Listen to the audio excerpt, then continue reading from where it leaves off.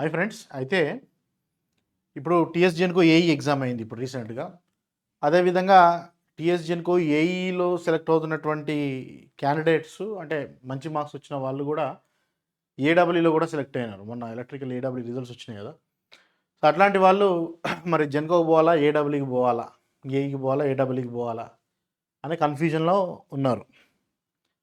So మనము ఏదైనా ఒక జాబ్‌ని కంపేర్ చేసుకోవాలనుకుంటే వేరియస్ పారామీటర్స్ తీసుకోవచ్చు మనకి. మెయిన్‌గా మనం తీసుకోవాల్సిన ఫస్ట్ పారామీటర్ వచ్చేసి సాలరీ. ఏదైనా జాబ్ చేసేది సాలరీ కోసము. తర్వాత మనకి ఆ పర్టిక్యులర్ ఆర్గనైజేషన్‌లో మనకున్నటువంటి గ్రోత్ ఏ విధంగా ఉంది. ఇంకోటి nature of duties. Nature of duties మనకి హెక్టిక్‌గా ఉంటుందా? ఏ విధంగా ఉంటుంది? ఇంకేమన్నా పర్క్స్ ఉన్నాయా? సో, ఈ విధంగా కొన్ని డిఫరెంట్ యాస్పెక్ట్స్ పైన మనము ఏదైనా ఒక జాబ్‌ని కంపేర్ చేయటానికి సాధ్యపడుతదనమాట. సో, ఆ విధంగా చూసుకుంటే ఫస్ట్ సాలరీ అనబడేటువంటి యాస్పెక్టే చూద్దాం. ఏంటిది ఇప్పుడు మన టాపిక్ వచ్చేసి పవర్ సెక్టర్‌లో ఏఈ అంటే more specifically Genco AE versus AW state గవర్నమెంట్‌లో. ఓకే. సో, ఫస్ట్ పాయింట్ గుర్తుపెట్టుకోవాల్సింది ఏంటంటే Genco AE is not a government employee. Okay. Genco AE is not a government employee. He is employee of a company. Versus AW is pure government employee. 100% pure government. అంటే నీకు salary కూడా state treasury నుంచి వస్తుంది. State treasury అంటే ఏంటి? Consolidated fund of state నుంచి state ట్రెజరీస్లోకి transfer, treasury నుంచి నీకు బ్యాంక్ అకౌంట్లో పడుతుంది. అంటే దట్ ఈస్ పక్కా గవర్నమెంట్ జాబ్ అన్నట్టు. అంటే కాన్స్టిట్యూషనల్ గ్యారంటీ ఉంటుంది నీ శాలరీ పేమెంట్కి అని. Versus the corporation is not a treasury linked అనమాట. కార్పొరేషన్ అకౌంట్ నుంచి బ్యాంక్ అకౌంట్ నుంచి వస్తుంది సపరేట్గా. అదొక డిఫరెన్స్ ఉంటుంది. కేటగిరీ వైజ్ చూసుకుంటే AW is a gazetted category, పక్కా గెజిటెడ్ కేటగిరీ. సో పవర్ సెక్టర్లో కూడా ఏఈ గెజిటెడ్ కేటగిరీ అంటూ 2011లో ఒక ఆర్డర్ వచ్చింది. అంటే 2011లో ఏమైందనంటే స్టేట్ గవర్నమెంట్లో కూడా ఏఈ పోస్ట్ ఉన్నాయి, అసిస్టెంట్ ఇంజనీర్ డిప్లొమా లెవెల్లో. పవర్ సెక్టర్లోనేమో AE post B Tech level. So all government డిపార్ట్మెంట్స్లో ఏఈ కేటగిరీని, ఏఈ పోస్టుని గెజిటెడ్ పోస్ట్గా వాటికి పవర్స్ ఇస్తూ 2011లో గవర్నమెంట్ ఆఫ్ ఏపీ అంటే కంబైన్డ్ స్టేట్ ఉన్నప్పుడు ఒక జీవో వచ్చింది. ఆ సేమ్ జీవోని అప్పుడున్నటువంటి ఏపీ ట్రాన్స్కో, ఏపీ జెన్కో వాళ్ళు అడాప్ట్ చేసుకున్నట్టుగా మనకి తెలుసు. కాకపోతే రీసెంట్గా 2022 అలాగా ఏఈ కేటగిరీకి గెజిటెడ్ పవర్స్ని తీసేస్తున్నట్టుగా కూడా మళ్ళీ జీవో వచ్చింది తెలంగాణ గవర్నమెంట్లో. కాకపోతే ఆ జీవోని యాక్చువల్గా అయితే మరి పవర్ సెక్టర్ అడాప్ట్ చేసుకోవాలి కానీ చేసుకోలేదు. బట్ ఎనీవేస్ కొంతమంది గెజిటెడ్ అని అంటారు కానీ దట్ ఈస్ నాట్ 100% గెజిటెడ్ అని కూడా చెప్పొచ్చు. ఏదో ఇంటర్నల్ లెవెల్లో వరకు నడుస్తుంది కానీ బయట నువ్వు ప్రాపర్గా గెజిటెడ్ ఇవ్వాలనుకుంటే మాత్రం ప్యూర్ స్టేట్ గవర్నమెంట్ ఈజ్ ఇక 100% అన్డిస్ప్యూటెడ్ గెజిటెడ్ ఆఫీసర్ అనమాట. సో అది ఆ గెజిటెడ్ నాన్ గెజిటెడ్ కేటగిరీలో చూసుకుంటే. ఇప్పుడు శాలరీ వైజ్ చూసుకుంటే ఇది కార్పొరేషన్ కాబట్టి డెఫినెట్లీ దీనికంటే ఎక్కువగానే శాలరీస్ ఉంటాయి అన్నమాట. సో ఇక్కడ శాలరీ కంపారిజన్ చూడండి. ఇక్కడ జెన్కో ఏఈ శాలరీ పెట్టాను, ఇక్కడ ఏడబ్ల్యూ శాలరీ పెట్టాను. పవర్ సెక్టర్లో మనకి లాస్ట్ 2 years బ్యాకే పిఆర్సీ వచ్చింది with effect from 2022. After PRC revise అయినటువంటి శాలరీ బేసిస్ మీదనే నేను ఈ క్యాల్కులేషన్ ఇచ్చినాను. వెరాజ్ స్టేట్ గవర్నమెంట్లో పిఆర్సీ డ్యూ ఉన్నది. అది మరి ఈ ఇయర్ ఎండ్కి వస్తుందా, నెక్స్ట్ ఇయర్ వస్తుందా మనకు తెలియదు. మనము డైలీ న్యూస్ ఫాలో చేస్తూ ఉండాలి. సో యాజ్ పర్ ఓల్డ్ స్కేల్లోనే మనం ఇప్పుడు శాలరీ క్యాల్కులేషన్ చేయడం జరిగింది. సపోజ్ పిఆర్సీ వస్తే ఎక్స్పెక్టెడ్ ఒక నార్మల్ లెవెల్ పిఆర్సీ వస్తే ఎలా ఉండబోతుంది శాలరీ అనేది ఇక్కడ ఒక చిన్న క్యాల్కులేషన్ పెట్టాను అప్రాక్సిమేట్గా. సో జెన్కో శాలరీ వరకు చూసుకుంటే, జెన్కో ఏఈ శాలరీ చూసుకుంటే ఇక్కడ కనిపిస్తుంది మనకి. శాలరీలో బేసిక్గా ఎప్పుడైనా పే స్లిప్ తీసుకుంటే 2 కాంపనెంట్స్ ఉంటుంది. ఒకటి అర్నింగ్స్ కాంపనెంట్ ఉంటుంది, తర్వాత డిడక్షన్స్ ఉంటుంది అనమాట. టోటల్ అర్నింగ్స్ని సమ్అప్ చేస్తే గ్రాస్ శాలరీ వస్తుంది. టోటల్ అర్నింగ్స్ ఉంది, ఇది గ్రాస్ శాలరీ. గ్రాస్ శాలరీలో నుంచి డిడక్షన్స్ని మైనస్ చేస్తే నెట్ శాలరీ అంటే ఇన్ హ్యాండ్ శాలరీ వస్తుంది. నెట్ పే అంటే ఇన్ హ్యాండ్ శాలరీ. సో జెన్కోలో వచ్చేసి గ్రాస్ అంటే ఎర్నింగ్స్లో ఏమేమి కాంపనెంట్స్ ఉంటుంది, బేసిక్ శాలరీ ఉంటుంది, బేసిక్ పే ఉంటుంది. బేసిక్ పే వచ్చేసి 65,600. HRA house rent allowance 11%.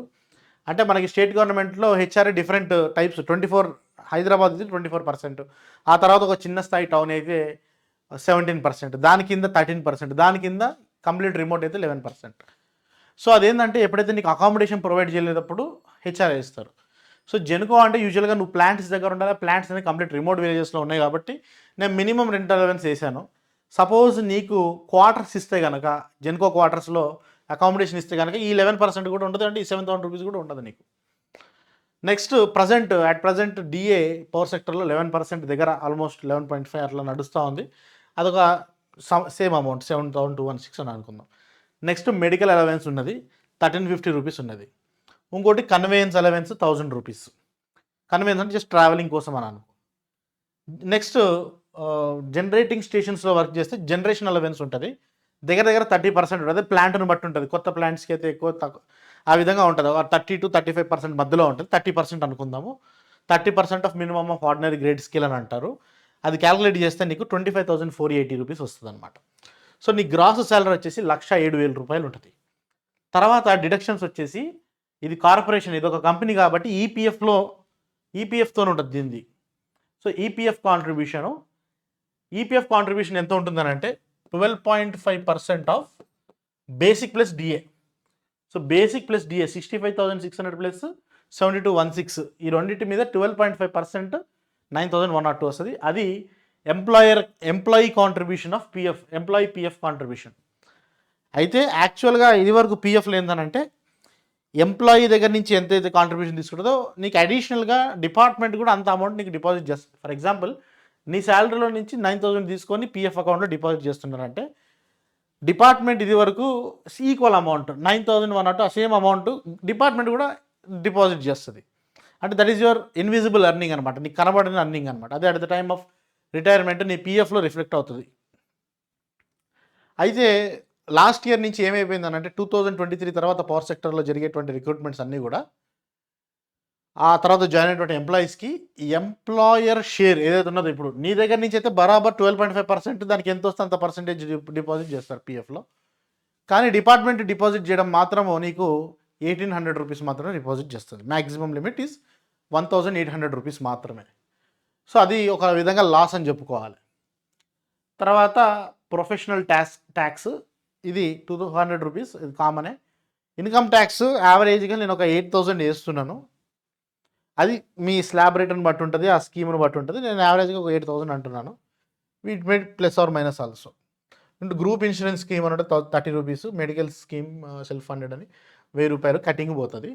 దగ్గర దగ్గర 18,000 కటింగ్స్ పోతే 89,530 ఇన్ హ్యాండ్ శాలరీ.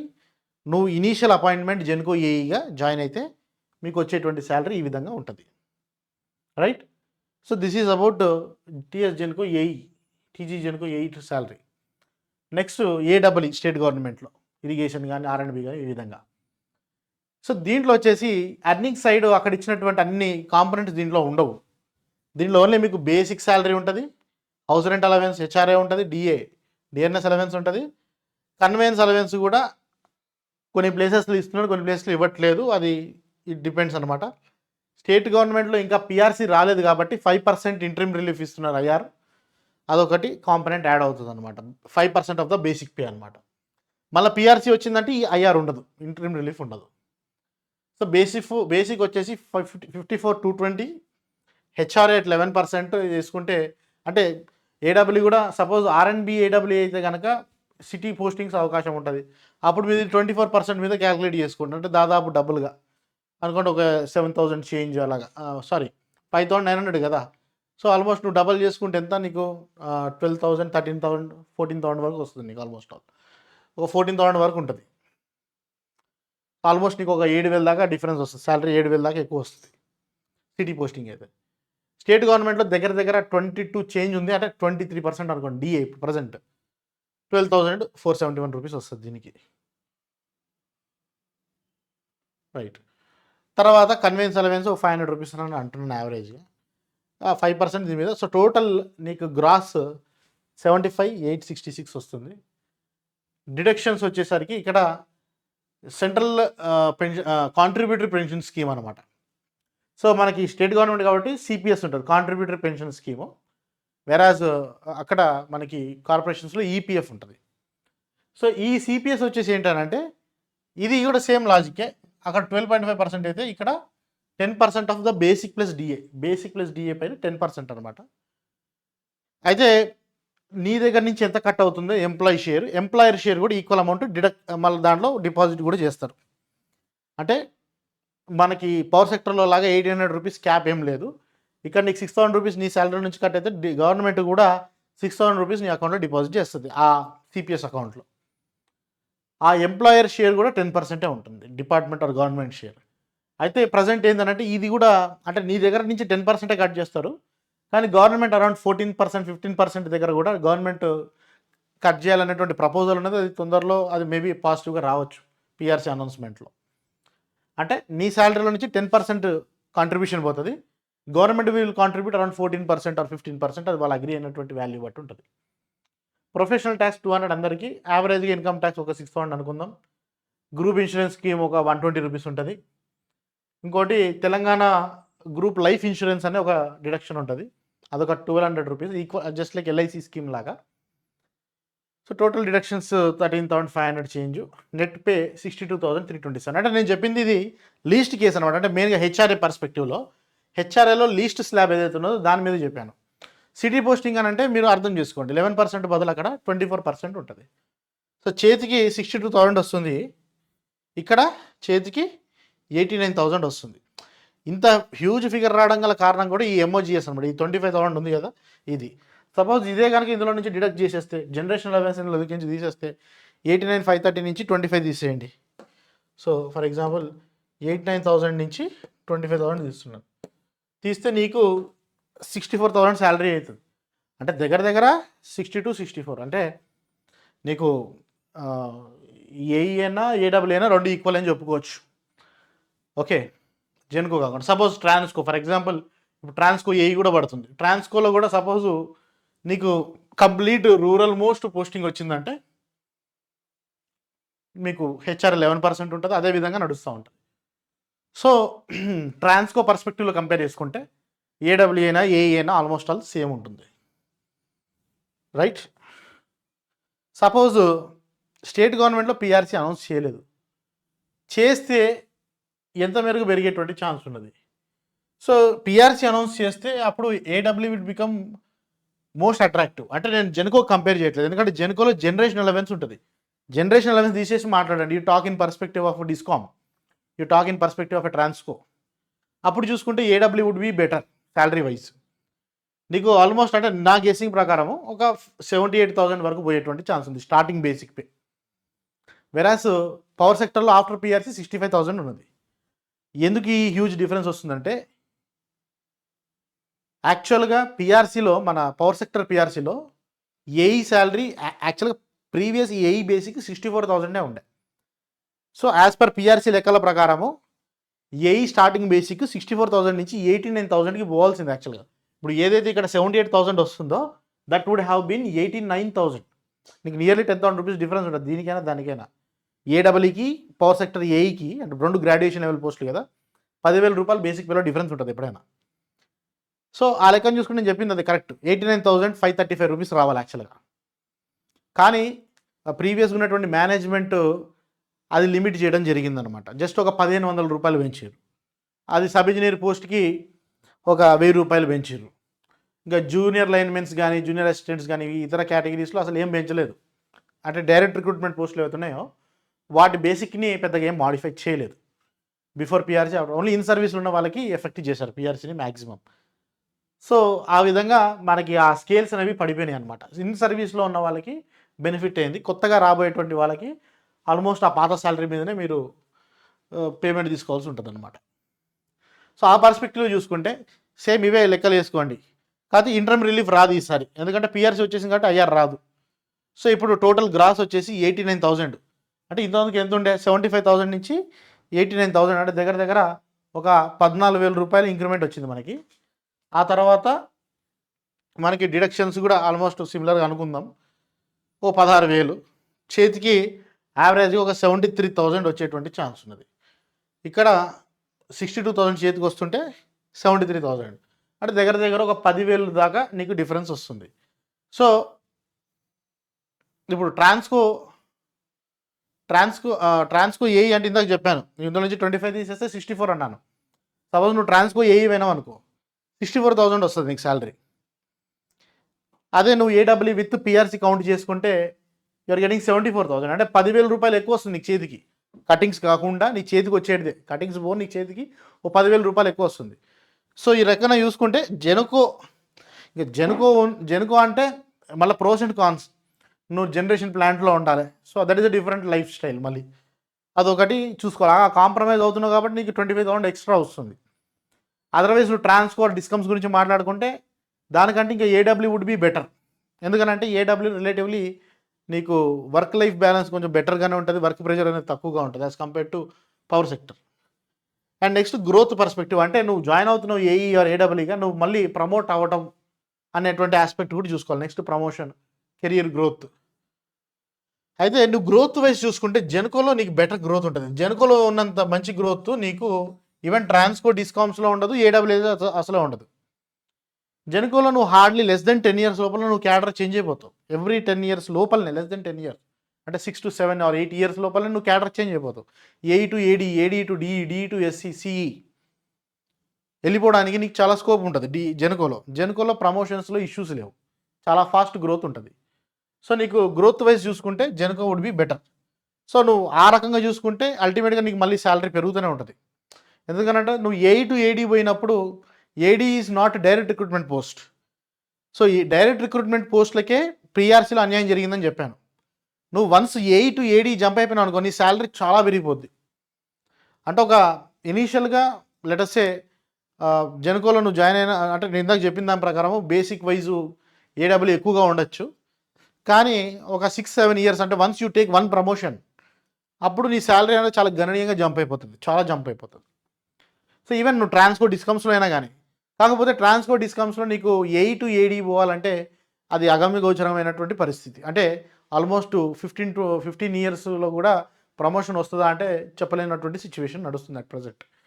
అంటే 2008 బ్యాచ్కి సంబంధించినటువంటి ఏఈలు కూడా డిస్కామ్స్లో కానీ లేదంటే ట్రాన్స్కోలో కానీ ఇప్పటికీ ప్రమోట్ కాలే, కంప్లీట్గా ప్రమోషన్ రాలేదు. 2008 నుంచి ఇప్పుడు వచ్చినామనంటే ఎన్ని సంవత్సరాలు ఆలోచించండి. ఆల్మోస్ట్ 14 years ఒకటే క్యాడర్లో వర్క్ చేయడం జరుగుతూ ఉంది ఎంప్లాయీస్. సో దాన్ని బట్టి మీరు అర్థం చేసుకోండి సిచ్యువేషన్ ఎట్లుందనేది. Okay, 16 years yes. సో ఆ విధంగా, సో అది ప్రమోషన్ ఆ విధంగా ఉన్నది. అంటే ఒక నువ్వు 14, 15 or 10 years అని అనుకున్నావు, 10 years or 12 years తర్వాత అప్పుడు నీకు శాలరీలో ఇంక్రిమెంట్ వస్తుంది. తర్వాత నేచర్ ఆఫ్ డ్యూటీస్ తీసుకుంటే జెన్కో వచ్చేసి మెయిన్లీ రిమోట్ లొకేషన్స్. ఇంకా నీకు Genco is completely remote, power ప్లాంట్స్లో ఉంటుంది. నువ్వు హైదరాబాద్కి నువ్వు రావాలి, డిప్యూటేషన్లో వేరే దగ్గర పోవాలంటే నువ్వు చాలా పెద్ద ఎత్తున నువ్వు పొలిటికల్ ఇన్ఫ్లుయెన్స్ ఆ విధంగా ట్రై చేసుకోవాలి. కానీ ఇనీషియల్గా ఒక 3 నుంచి 5-6 సంవత్సరాల వరకు అయితే నేను ప్లాంట్ నుంచి బయటికి రావడం ఇంపాసిబుల్ అని చెప్పుకోవచ్చు. అందుకోసమే నీకు ఆ జనరేషన్ లెవెన్స్ అనేది వస్తుంది. వేరే ఏడబ్ల్యూ అంటే డిపార్ట్మెంట్ని బట్టి ఉంటుంది. ఇరిగేషన్ కూడా ఆల్మోస్ట్ జెన్కో జాబ్ లాగానే ఉంటుంది. ఎక్కడెక్కడైతే లిఫ్ట్ స్కీమ్స్, పంప్ హౌసెస్ ఉంటాయో అలాంటి ప్లేసెస్లో. సో పంప్ హౌసెస్ అంటే జనరేటింగ్ స్టేషన్స్ కంటే కొంచెం బెటర్గానే డిస్ట్రిబ్యూట్ అయ్యి ఉన్నాయి as compare to Genco. Better లొకేషన్సే ఉంటాయి జెన్కో కంపేర్ చేసుకుంటే. అలా కాకుండా కొన్ని ఆఫీస్ పోస్టులు ఉంటే సిటీ పోస్టులు కూడా ట్రై చేసుకోవచ్చు ఇరిగేషన్ డిపార్ట్మెంట్ అనుకుంటే. లేదంటే ఆర్ఎండ్బి గురించి మాట్లాడుకుంటే ఆర్ఎండ్బిలో సిటీలో నెంబర్ ఆఫ్ పోస్ట్ ఉన్నాయి. సో మంచి ఆర్ఎండ్బిలో ఇంకా బెటర్ పోస్టింగ్స్ వస్తాయి locations wise. And nature of duties గురించి మాట్లాడుకుంటే డిస్కామ్స్ కంటే, అంటే నువ్వు డిస్కామ్స్తో కంపేర్ చేసుకుంటే నువ్వు జెన్కో అయినా ట్రాన్స్కో అయినా ఏడబ్ల్యూ అయినా కానీ నీకు వెరీ లిటిల్ వర్క్ బర్డెన్ ఉంటుంది, ప్రెషర్ అనేది తక్కువగా ఉంటుంది. కొంతవరకు ట్రాన్స్కోలో ఎక్కువ ఉంటుంది. అంటే మన కోర్ సెక్టర్లో కొంతవరకు బెటర్గానే ఉంటుంది. ఇంకా అన్బేరబుల్ వర్క్ ప్రెషర్ అని అంటే డిస్కామ్స్లో ఉంటుంది, కానీ ట్రాన్స్కో జెన్కోలో హ్యాండిల్ చేయొచ్చు. వర్క్ ప్రెషర్ ఉంటుంది కొంతవరకు, ఉన్నప్పుడే ఉంటుంది, లేనప్పుడు ఉండదు. ఏడబ్ల్యూ గురించి మాట్లాడుకుంటే అది కూడా comparative power sector still less ఉంటుంది. దాంట్లో ఆర్ఎండ్బి డిపార్ట్మెంట్ వచ్చేసి ఇంకా ఫర్దర్ తక్కువగా ఉంటుంది. ఆల్మోస్ట్ నిల్ వర్క్ అన్నట్టుగా అలా ఆ రకంగా నడుస్తూ ఉంటుంది అక్కడ సిచ్యువేషన్ అంతా కూడా. అండ్ నెక్స్ట్ పెర్క్స్ గురించి మాట్లాడుకుంటే పెర్క్స్లో చాలా ఉంటాయి ఆస్పెక్ట్స్ మాట్లాడుకోవాలనుకుంటే. సో ఇందాక చెప్పినట్టుగా gazetted category, non gazetted category అదొక పెర్క్ కింద తీసుకోవచ్చు.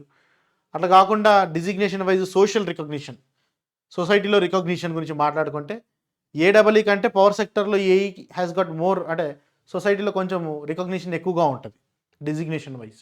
ఏడబ్ల్యూకి కూడా ఉంటుంది విలేజెస్లో, రూరల్ సైడ్, సిటీస్ సైడ్ కూడా నీకు రికగ్నిషన్ అంటే పవర్ సెక్టర్లో ఉంటుంది. ఇక డిస్కామ్స్లో, ట్రాన్స్కోలో కొంచెం ఇంకా బెటర్గానే ఉంటుంది రికగ్నిషన్ వైజ్.